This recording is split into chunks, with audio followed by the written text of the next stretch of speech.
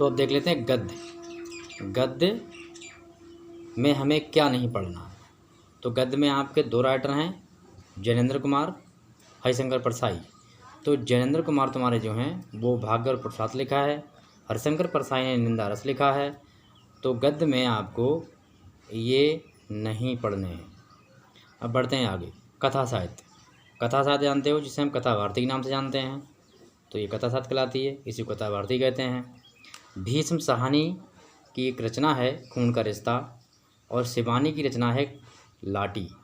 तो ये दोनों हमें नहीं पढ़नी है, किसमें? कथा साहित्य में। अब बात कर लेते हैं काव्य हेतु निर्धारित पाठ्य पुस्तक या वस्तु। तो काव्य में हमें क्या नहीं पढ़ना है? इसमें कुछ राइटर हैं जिनकी रचनाएं, कई रचनाएं दी हुई हैं। तो जो रचनाएं हैं इसमें जगन्नाथ रत्नाकर, इनकी रचना है उद्धव प्रसंग, ये आपको नहीं पढ़ना है। मैथिली शरण गुप्त, इनका एक रचना है गीत, ये आपको नहीं पढ़ना है। फिर जयशंकर प्रसाद हैं, इन्होंने भी एक गीत लिखा है, तो ये आपको नहीं पढ़ना है। और इस प्रकार आगे बढ़ते हैं। सूर्यकांत त्रिपाठी निराला, इन्होंने संध्या सुंदरी लिखा है, आपको नहीं पढ़ना है। सुमित्रा नंदन पंत ने परिवर्तन रचना की है, ये नहीं पढ़नी है। रामदास इंद्रनगर की पुरुरवा उर्वशी, ये आपको नहीं पढ़नी है। तो बात करें काव्य में, आपको 2 नंबर से लेकर 9 नंबर तक आपको ये इनकी रचनाएं जो हैं, मतलब कवि तो पढ़ने हैं, इनकी जो रचनाएं आगे दी हुई हैं उन रचनाओं के नाम आपको ध्यान रखना। ये आपको रचनाएं नहीं पढ़नी है। इनकी कुछ रचनाएं और दी होंगी, वो आपको पढ़नी है, ये रचनाएं नहीं पढ़नी है। चलिए आगे बढ़ते हैं। ये खंड का था, ये विविधा दिया हुआ है।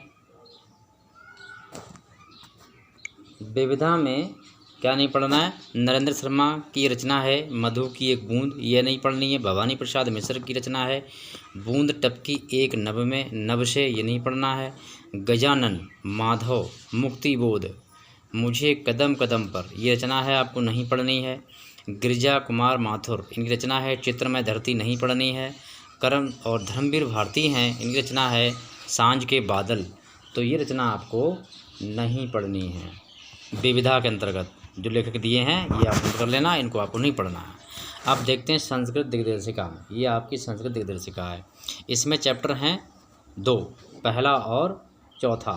पहला है भोजस्य दार्यम और चौथा है ऋतुवर्णम, ये आपको नहीं पढ़ना है। तो इस प्रकार ये हमारा हुआ खंड का। खंड का में ये रहा। इसमें जो हमें नहीं पढ़ना है वो दिया है नंबर 2 पर है वर्ण वृत्त, इंद्र प्रजा, उपजेंद्रा, सबैया, मगधंद, सुमुखी, सुंदरी, ये बहुत रचनाएं हैं इसमें, ये आपको नहीं पढ़नी है नंबर 2 के अंतर्गत। फिर है मुक्तक, मनहर, लक्षण एवं उदाहरण, ये आपको नहीं पढ़ने हैं। संस्कृत व्याकरण में क्या करना है? व्यंजन, तोड़ी अवस्थात पर सवर्ण, विसर्ग, ये आपको नहीं पढ़ना है। समास, इसके अंतर्गत फिर ऑप्शन नंबर 13 है, ये आपको नहीं पढ़ने हैं। ये अपनी बुक में मिला लो और टिक कर लो। जानकारी अच्छी लगी हो तो वीडियो को लाइक कर देना और शेयर कर देना। Thank you.